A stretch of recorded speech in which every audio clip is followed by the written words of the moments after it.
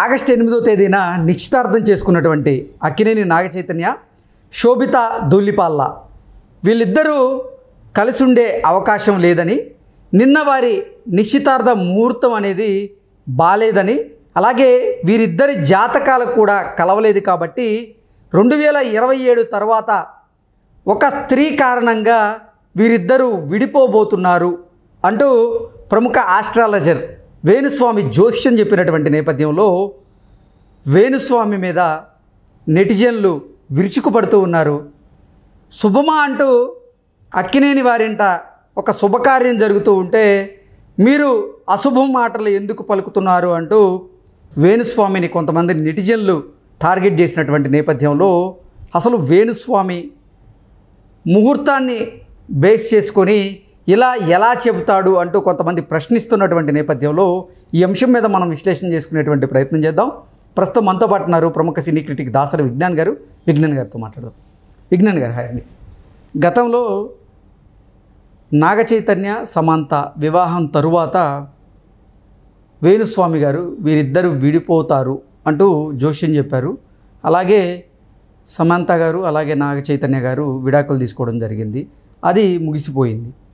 ఇప్పుడు నాగచైతన్య గారు శోభిత గారితో నిశ్చితార్థం చేసుకున్నటువంటి నేపథ్యంలో నిశ్చితార్థ ముహూర్తం అనేది బాలేదు, అలాగే వీళ్ళిద్దరి జాతకాలు కలవలేదు.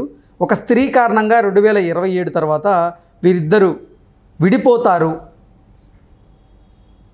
అంటూ జోష్యం చెబుతూనే వీరిద్దరు కలిసి ఉంటే బాగుంటుంది, నా జోష్యం తప్పవ్వాలని కోరుకుంటున్నా అంటూ కూడా కొన్ని ఆసక్తికరమైనటువంటి వ్యాఖ్యలు చేశారు. దీన్ని కొంతమంది నెటిజన్లు అయితే ఖండిస్తున్నారు. దీన్ని ఎలా చూడాలి? బేసిక్గా వేణుస్వామి అనేవాడు ఒక దొంగ బాబా. సో ఒక నకిలీ ఆస్ట్రాలజర్, వాడికి ఏదో తెలుసు అని చెప్పుకొని బయట తిరిగే అటువంటి ఒక దొంగ బాబా, దొంగ ఆస్ట్రాలజర్. పిచ్చి పిచ్చి పూజలన్నీ చేయించి హీరోయిన్లతో ఏవో డబ్బులు సంపాదించుకునే ఒక రకం.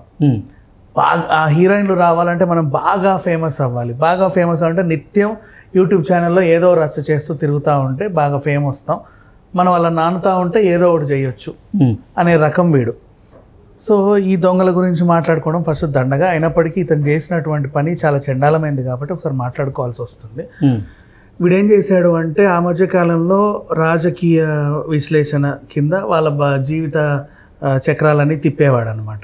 ఈయన గెలుస్తాడు, ఈయన ఓడిపోతాడు, ఈయన ఇట్ట చేస్తాడు, అట్ట చేస్తాడు, ఈ నెల వచ్చేసరికి ఈయన ఇన్నోట్లతో ఓడిపోతాడు, అట్లా ఏవేవో చెప్పుకున్నాడు. కూర్చున్న ఎలక్షన్లు రానే వచ్చాయి. ఒరే నువ్వేదో చెప్పావు కదరా, ఏమయ్యాయి చూడు, అన్ని తలకిందులు అయ్యాయి అంటే, అబ్బా అలా అయ్యాయా, ఇక నేను చెప్పను పో అని చెప్పేసి పోయాడు అక్కడ. సరే పోయాడు, నువ్వు చెప్పకపోతే మాకేంటి అని చెప్పేసి నోరు మూసుకొని కూర్చున్నాడు వాడు కూడా.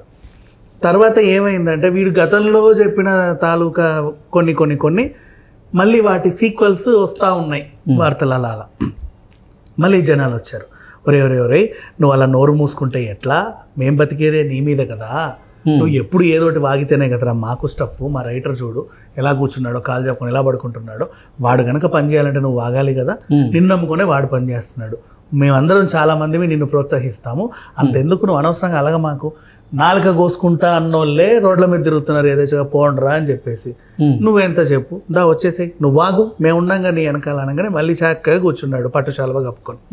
ఇప్పుడు ఏం చెప్పాడు, ఇప్పుడు ఏమైందంటే గతంలో సమంత నాగచైతన్య పోతారు అని నువ్వే కదరా చెప్పింది, మరి ఇప్పుడు ఆ నాగచైతన్య ఇంకొక ఆమెను పెళ్లి చేసుకున్నాడు, వాళ్ళ జాతకం చెప్తావా అని అడిగారు. ఎందుకు చెప్పను, చెప్తాను, మరి మనం వస్తున్నామంటే ఏదన్నా సంథింగ్ ఒక ప్రోమో ఉండాలి కదా అని చెప్పేసి ముందుగా రేపు నేను చెప్పబోతున్నాను అని చెప్పి ఒక పోస్టర్ రిలీజ్ చేసుకున్నాడు. ఏం చెప్తాడో వీడు అందరు ఎదురు చూడాలని. మళ్ళీ నెక్స్ట్ డే మార్నింగ్ వీళ్ళు ఖచ్చితంగా విడిపోతారు అని చెప్పాడు. ఎందుకురా ఇలా చెప్పావంటే ఆమె కూడా బోల్డ్గా చేసింది పెళ్లి తర్వాత విడిపోయారు, ఈమె ఆల్రెడీ బోల్డ్గా చేసే వచ్చింది కాబట్టి విడిపోతారని చెప్పాను. విడిపోతారు చూడు ఖచ్చితంగా విడిపోయి. ఎందుకంటే నిన్న ఈ గ్రహకూటమి వల్ల ఈయన రాసి ఈమె రాసిని నేను ఇట్టిట్టిట్ట ముడేసి చూస్తే ఎక్కడ కూడా ఏం చేసినా సరే అసలు కలవట్లా, అందుకని చెప్పి తెగుద్ది అని చెప్పా అన్నాడు. ఓ సరే సార్ బాగా చెప్పావు, ఇలాగే జరుగుతుందేమో చూద్దాం అని అనుకున్నాడు. అండ్ నెక్స్ట్ వీడిని ఎందుకు అడుగుతున్నారు జాతకాలు, ఫస్ట్ వీళ్ళ తలరాతలు వీళ్ళకి తెలియదా? అంతగా కావాలంటే బోల్డ్ అంతమంది ఆస్ట్రాలజర్స్ ఉన్నారు కదా రాసులు చెప్పేవాళ్ళు, అంటే ఐ మీన్ చక్కగా ఆస్ట్రాలజీ చదువుకున్న వాళ్ళు, పాస్ అయిన వాళ్ళు అండ్ దాని గురించి అన్ని బాగా తెలిసిన వాళ్ళు, శాస్త్రాలు ఖచ్చితంగా ఏ మూలకి ఏది ఉంటుందో అన్ని A to Z తెలిసిన వాళ్ళని అడగొచ్చు కదా.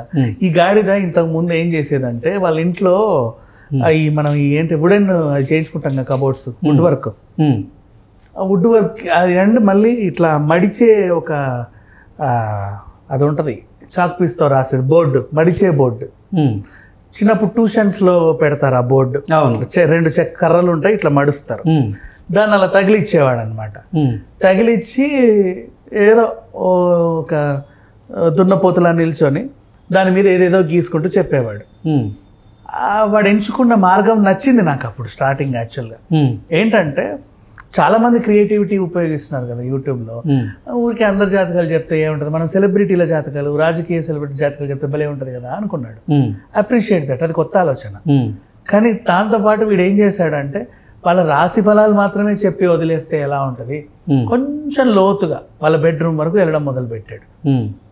వీళ్ళు ఎప్పుడు విడిపోతారు, పెళ్ళయిందా వీళ్ళు విడిపోతారు, ఇంకొకసారి ఏదో అయిపోతుంది, ఈ సంవత్సరం ఈ హీరో కలిసి రాదు, వీడు 4 సినిమాలు ఫ్లాపు, వాడు 4 సినిమాలు హిట్, ఇది ఇట్లా అవుతుంది అది అట్లా అవుతుంది అని చెప్పుకునేవాడు. కర్మగాలి అవి కూడా వీడు చెప్పినట్టే జరగడం స్టార్ట్ అయ్యాయి. అంటే వీడి నోరేం పెట్టో తెలియదు కానీ వీడి డిష్ దాకా లేకపోతే వీడే వెళ్ళి కావాలని ఫ్లాప్ చేసి వస్తాడో తెలియదు, అవి అలాగే జరిగాయి. ఎందుకు చాలా సందర్భాల్లో కూడా జరగకుండా ఉన్నాయి కదా. తప్పినే మాట్లాడరు, జరిగిందే మాట్లాడతారు. ఇప్పుడు మొన్న ఎలక్షన్లో అట్లా చెప్పావు కదరా అని ఎవరు అడగరు. గతంలో సమంత విడిపోతుంది నేనేగా చెప్పింది ఫస్ట్ అనగానే కరెక్టే ఇట్లా ఉంటారు. జనాలు కూడా అలాగే ఉన్నారు, ఈ చెప్పేవాడు కూడా అలాగే ఉన్నాడు, వాడిని మోసేవాళ్ళు కూడా అలాగే ఉన్నారు. ఇది నడుస్తానే ఉంది. అంటే ప్రభాస్ గారి విషయంలో గతంలో ఈయన కొన్ని జోషాలు చెప్పారు, ప్రభాస్కి అనారోగ్య సమస్యలు రాబోతున్నాయి అంటూ చెప్పారు. అలాగే ప్రభాస్ ఏ చిత్రం తీసినా కానీ ఇక అది సూపర్ హిట్ అవ్వవు ఫ్లాపే అంటూ చెప్పినటువంటి నేపథ్యంలోనే ఈ మధ్యకాలంలో ప్రభాస్ గారు తీసినటువంటి కలికి కానీ దానికంటే ముందు తీసిన చిత్రం కానీ కొన్ని హిట్లు అయ్యాయి. రాధేశ్యామ్ ఒక్కటే కొంచెం నిరాశపరిచింది, ఆదిపురుషు కూడా కొంచెం నిరాశపరిచినటువంటి నేపథ్యంలోనే అంటే వేణుస్వామిని కొంతమంది టార్గెట్ చేస్తూ ప్రభాస్ ఫ్యాన్స్, వేణుస్వామి గారు మీరు ఇట్లా చెప్పారు కానీ దానికి రివర్స్లో అయింది కదా, మీరు చెప్పినటువంటి జోష్యం తప్పింది అంటూ వారు టార్గెట్ చేశారు. అలాగే విజయ్ దేవరకొండ ఫ్యాన్స్ కూడా కొన్ని విషయాల్లో వేణుస్వామి గారిని టార్గెట్ చేయడం జరిగింది. ఇలా అంటే కొన్ని విషయాల్లో ఏమో వేణుస్వామి గారు చెప్పింది జోష్యం నిజమైంది, కొన్ని విషయాల్లో తప్పింది అంటూ భిన్న స్వరాలు అయితే వినపడుతూ ఉన్నాయి. వీడు అన్నీ చెప్తాడు, 10 చెప్తాడు, ఓకేనా. ఆ 10లోనూ 5 జరుగుతాయి, 5 జరగవు. ఆ 5 జరగనప్పుడు కూడా వీడికి బెనిఫిటే, 5 జరిగినా వీడికి బెనిఫిటే. 10కి 10 వీడికి బెనిఫిట్. ఎలా చెప్పనా, చెప్పిన 5 జరిగాయి, చూసావా నేను చెప్పినవి జరిగాయి, జరగకపోతే ఎవరిని వీడు టార్గెట్ చేసేది, పెద్ద పెద్ద హీరోలను టార్గెట్ చేస్తాడు. ఆ ఫ్యాన్స్ అందరి మీద పడి రక్కుతారు కదా, అది కూడా మైలేజే మళ్ళీ వీడికి. నీకు అర్థమైందా, 10కి 10 వీడి మైలేజే. ఆ 10 మంది వల్ల వీడు మళ్ళీ లైమ్ లైట్ లో ఉంటాడు.